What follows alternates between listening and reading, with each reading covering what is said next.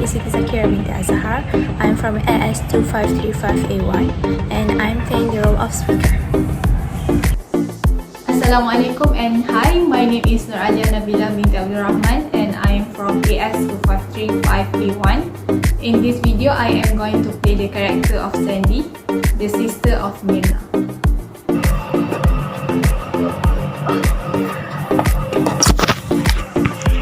Hi everyone, my name is Sarah Aisyah Shahril and I am the police investigator in Jessica Wongso's case. If you want to know more about this intriguing case, stay tuned!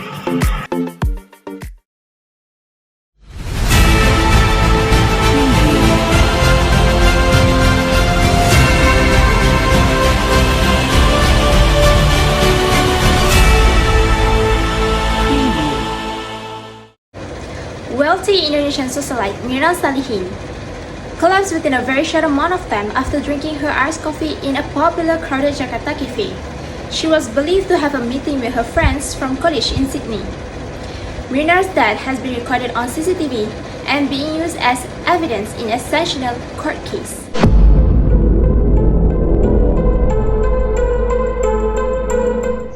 Do you have any ideas who was the suspect of this murder case?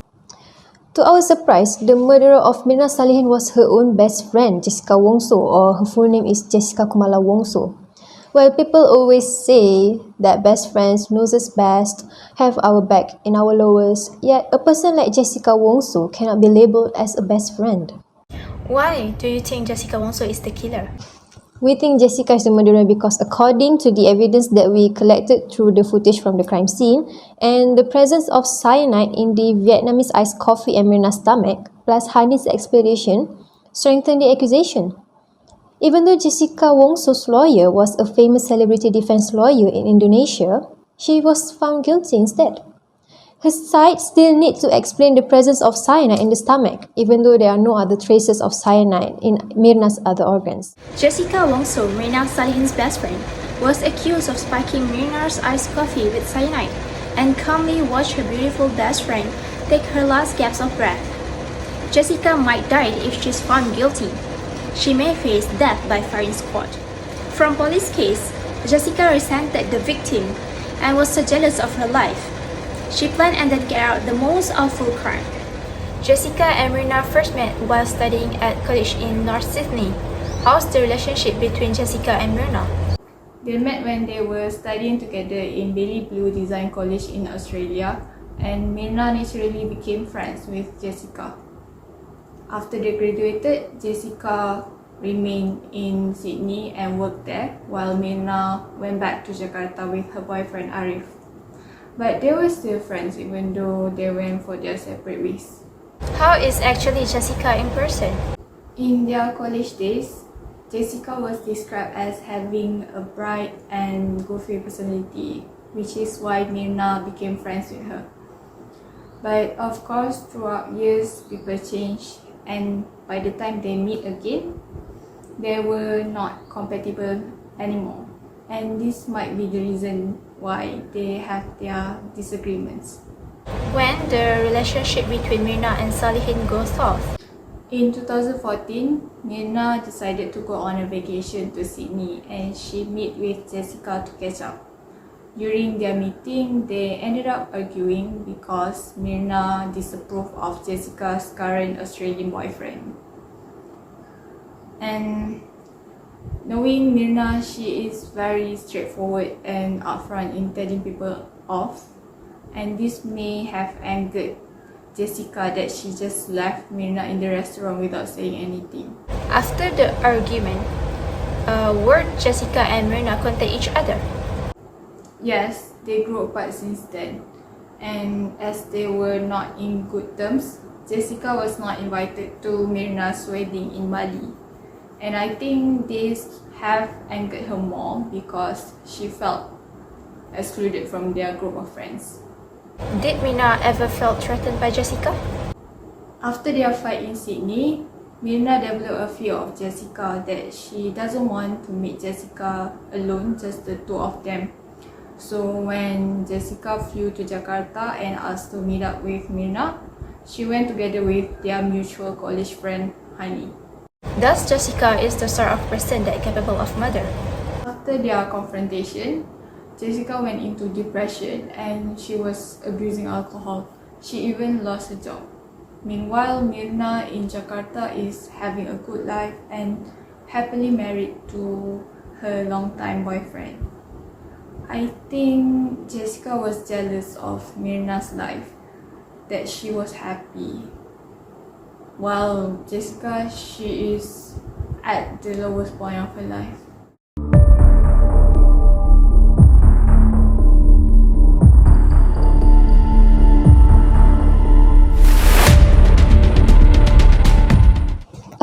Surprisingly, we interviewed Jessica's former boss for 9 hours. And Jessica's former boss, Christy, claimed that Jessica has a potential to murder someone based on her attitude.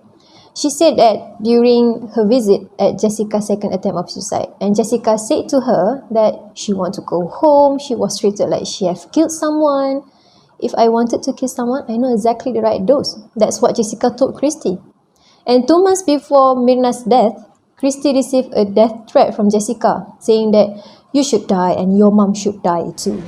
The Australian Federal Police AFP released reports the detail of Jessica's attempt to take her own life for 4 times. She also had displayed threatening behavior towards her colleagues, confirming the already obvious behaviors of Jessica Wongso. You have seen the whole Jessica's trial. Can you tell us what happened during the incident?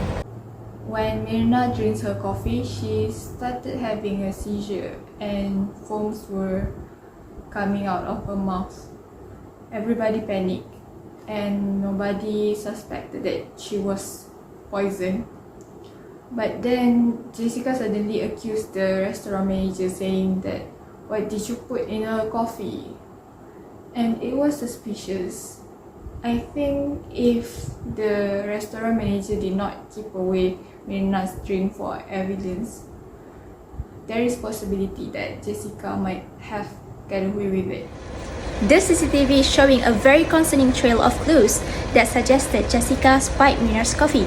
And to back up this evidence, toxicology reports also confirmed that cyanide found in Mirna's body. Jessica invited Mirna and another friend, Hani, to meet up at an uptown cafe in Jakarta, and the cafe named Olivier.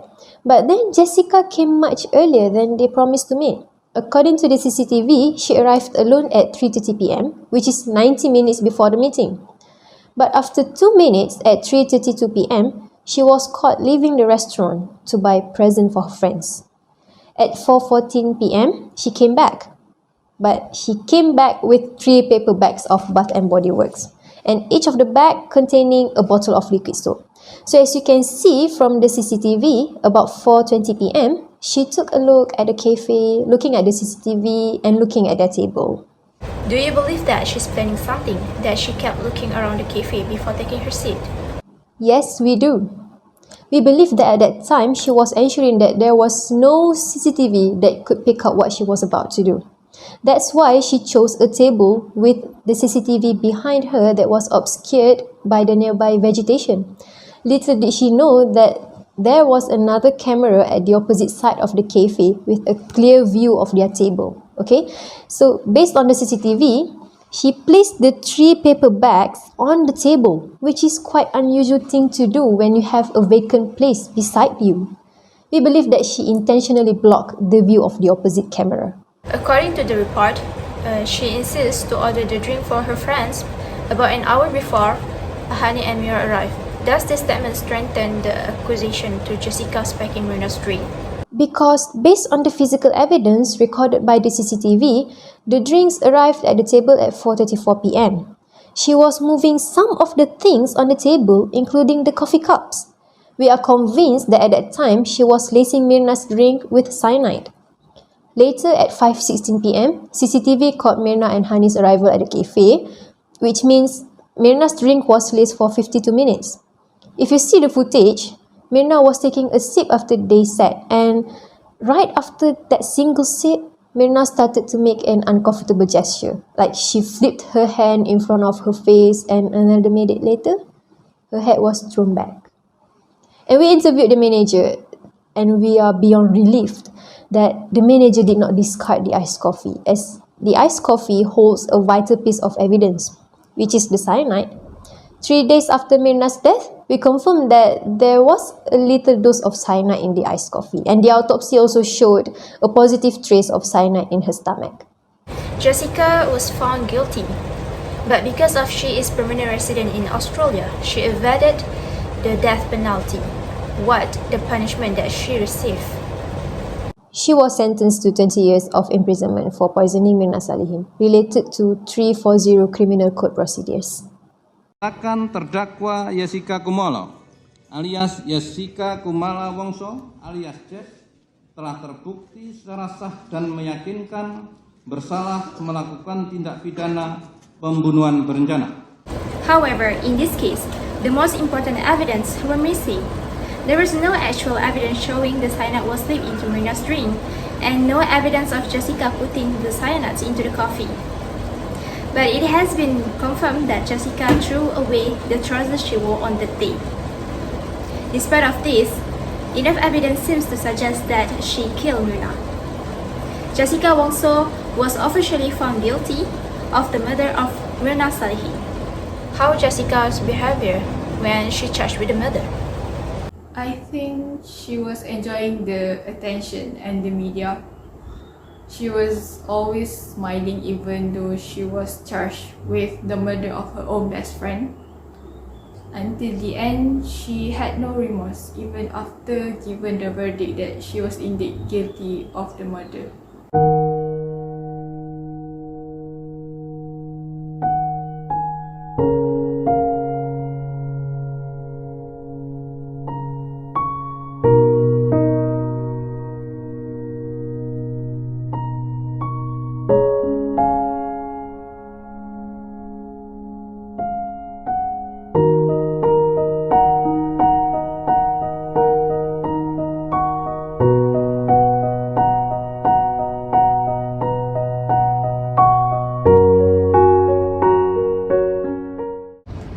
On 27 October 2016, Jessica was sentenced to 20 years behind the bars, and thanks to AFP, death penalty was disqualified to this verdict.